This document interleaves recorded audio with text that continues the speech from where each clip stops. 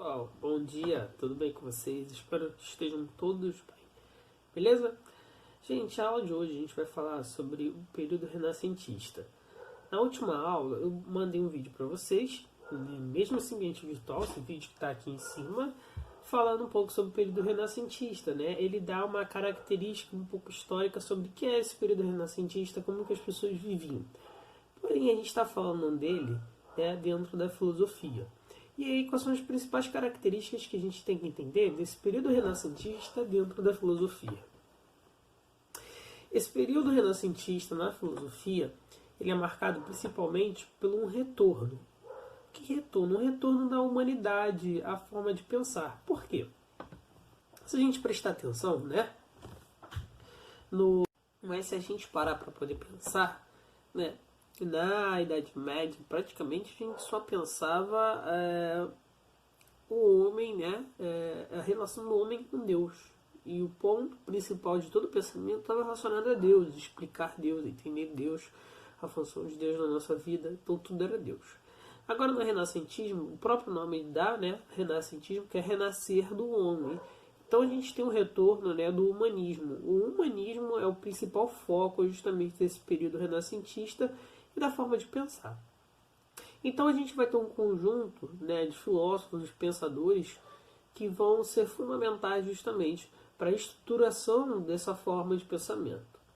Então a gente vai ter nesse humanismo, né, Petrarca, o Pico de Mirandola, Nicolau Maquiavel, Leonardo da Vinci, Giordano Bruno, né, e todo um conjunto de revolução científica com o Galileu Galilei e o Nicolau Copérnico.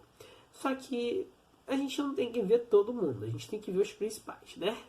E aí eu queria que a gente começasse a entender isso. Lá com, pelo menos com Petrarca, o que a gente vai ter é a busca, né, pelo retorno da humanidade. Então ele vai dar um start inicial nisso tudo, né? Lá no início do século XII, ele vai tentar buscar justamente isso. O homem é esse retorno do pensamento, né? Porque qual a importância justamente da gente pensar o homem, né? Já que a gente passou tanto tempo só pensando, né, em Deus, né? E qual a dificuldade que a gente tem de pensar o homem? Que a gente tem que passar. Qual a grande questão disso? É que a gente passou praticamente 1000 anos da Idade Média falando só sobre Deus. E a gente meio que esqueceu a gente, né? Deixou a gente meio de lado, deixou a gente meio órfão da gente mesma. E aí a gente precisa se reconectar. Petrarca traz muito bem disso, né? O Pico de Mirandola, também um outro filósofo desse período, que ele tenta trazer um pouco mais a questão esse aspecto da humanidade. Ele não quer dizer que agora a gente tem que largar Deus, né? Ele fala que o homem, né, é uma bênção divina, né? É algo, uma criação abençoada e devemos assim também cuidar dela, né? E por isso também devemos resgatar as suas funções principais e os seus entendimentos. E então a filosofia meio que ganha um novo eixo. E esse novo eixo que a filosofia ganha é justamente o eixo humanista, né, de recuperar justamente a alma humana, o ser humano, beleza? Um dos outros também mais principais filósofos desse período que a gente vai ter vai ser justamente o Maquiavel. Só que o Maquiavel é um dos filósofos que tem uma das suas mais importantes desse período. Por quê? Ele vai ser um dos poucos filósofos nesse período que vai se preocupar com a questão política do ser humano. Né? Ele entende que a questão política do ser humano é muito mais importante. Ele traz as ideias do renascimento político, né? Que é muito mais importante do que outras discussões. Esse renascimento político, gente, tem uma estrutura, né? Por quê? Ele entende que esse renascimento político é a volta das principais relações humanas. Por quê? Na Idade Média não se falou sobre política. E onde se falava sobre política? Justamente com os filósofos antigos, né? Principalmente com Aristóteles, com Platão. Todos eles viam a política como um grande fator da sociedade humana, né? Da existência da sociedade humana. Então, ele vai ser um dos principais filósofos que vai entender essa importância. Quer ver como para ele essa questão política é tão importante? Vamos ver aqui, ó.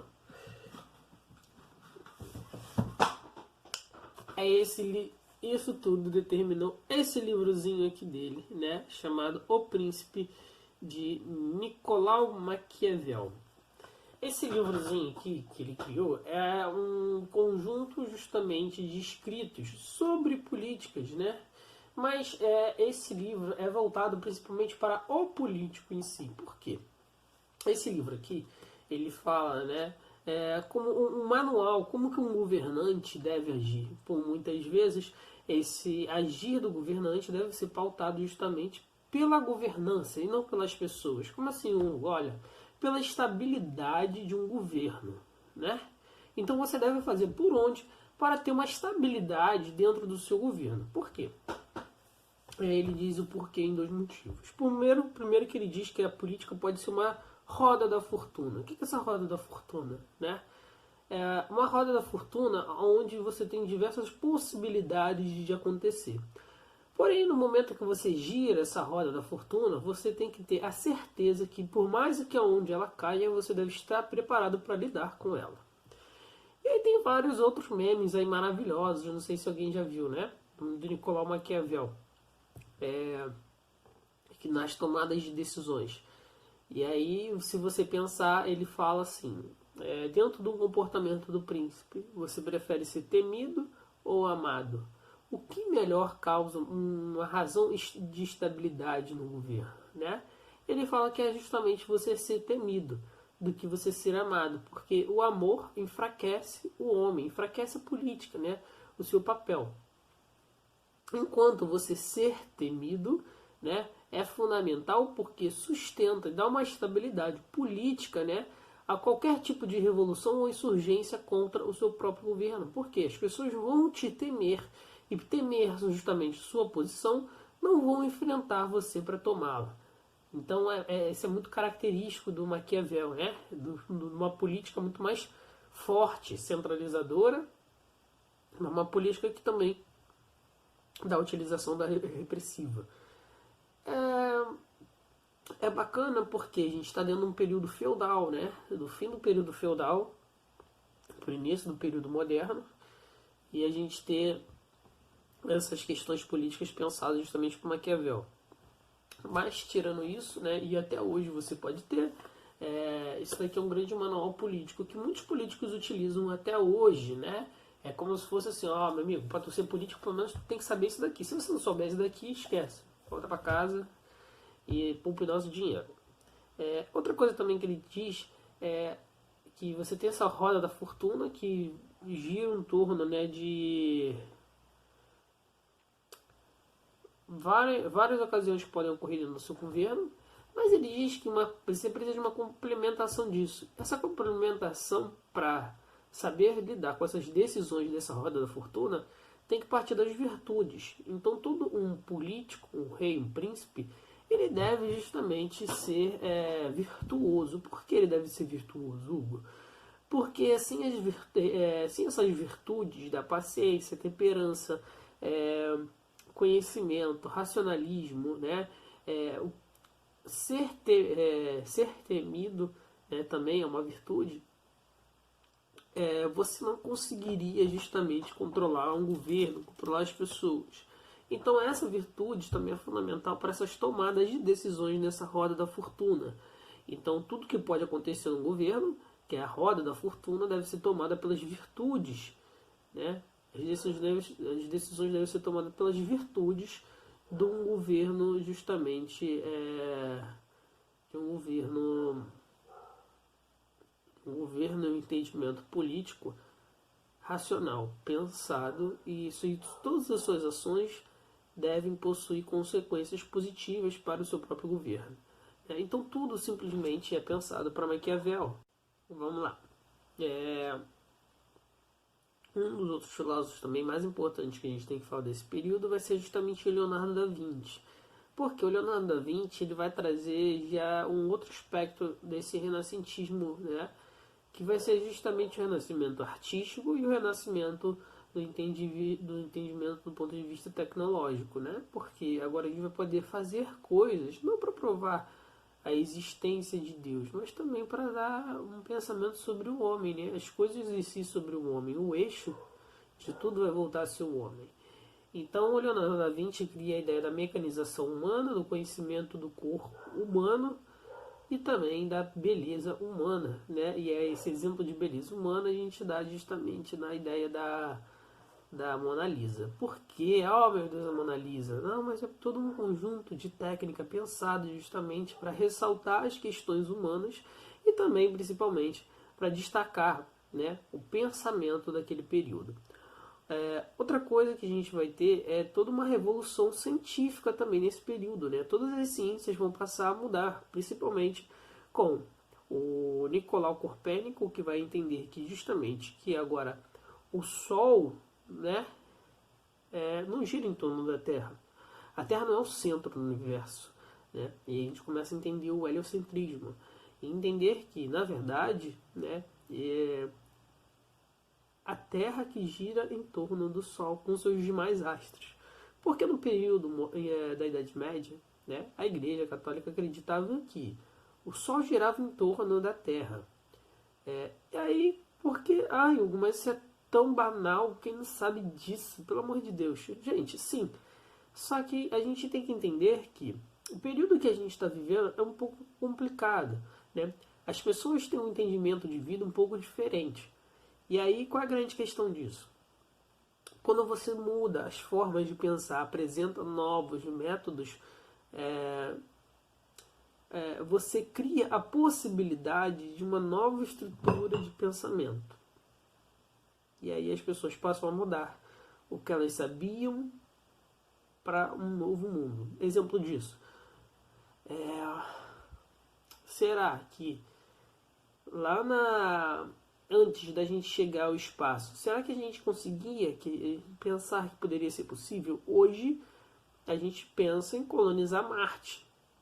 Então, olha quanto o nosso pensamento mudou, né? Olha quanto que a gente é muito mais conectado uns aos outros, né? Mais globalizados, muito mais nossa mente está muito mais afirmada em outras questões, beleza? E aí a gente tem que entender justamente esse tipo de relações. Outra coisa que a gente vai ver é justamente com o Copérnico, a gente viu as ideias justamente do heliocentrismo.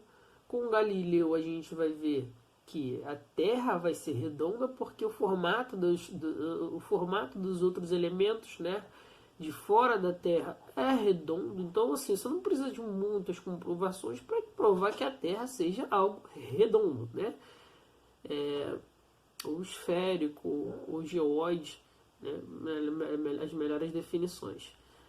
Por quê? O Galileu Galilei vai ser um dos poucos também, né, que vai se aproveitar dessa revolução científica, da melhoria, né, das lentes e justamente do estudo dos astros. Através da ideia do telescópio, né, e pensar sobre os astros, ele começa a entender que a Terra pode ser algo redondo. Só que quando ele apresenta essa ideia para a Igreja Católica, né, ele vai ser julgado e durante esse julgamento, né, ele vai negar a sua ideia para não morrer. Para você ver como o período, né, é justamente um pouco complicado. Você negar a ideia que a Terra é redonda para você não morrer. E aí é por isso que a gente não é complicado a gente fazer certos revisionismos científicos, né? E falar, meu Deus, não, a Terra é quadrada e tal, e papapá, porque se a Terra fosse redonda a gente cairia e tal. Bem, se você pensar assim, é desprezar um monte de coisas e meio, vamos retornar para a Idade Média, então vamos pensar que o Sol gira em torno da Terra, né? Porque é muito mais fácil pensar assim, né? Então, se a gente fosse assim, se a Terra não fosse, né, redonda, né, o Sol ia se pôr na maior parte do mundo praticamente no mesmo horário. Mas você vê que tem horários diferentes mesmo em uma parte do mundo. Se a Terra fosse quadrada, O Sol não iria se pôr no Ocidente e nascer no Oriente, né? Não faz muito sentido isso. E outra coisa, faz muito sentido a gente ver outros astros com uma formação esférica e falar que a Terra não é esférica, né? Se você olha Júpiter, Marte, se você olha Vênus, se você olha o Sol, se você olha a Lua, vai ver que todos os outros elementos, né, são redondos ou são esféricos. Mas porque existe uma razão lógica por trás disso.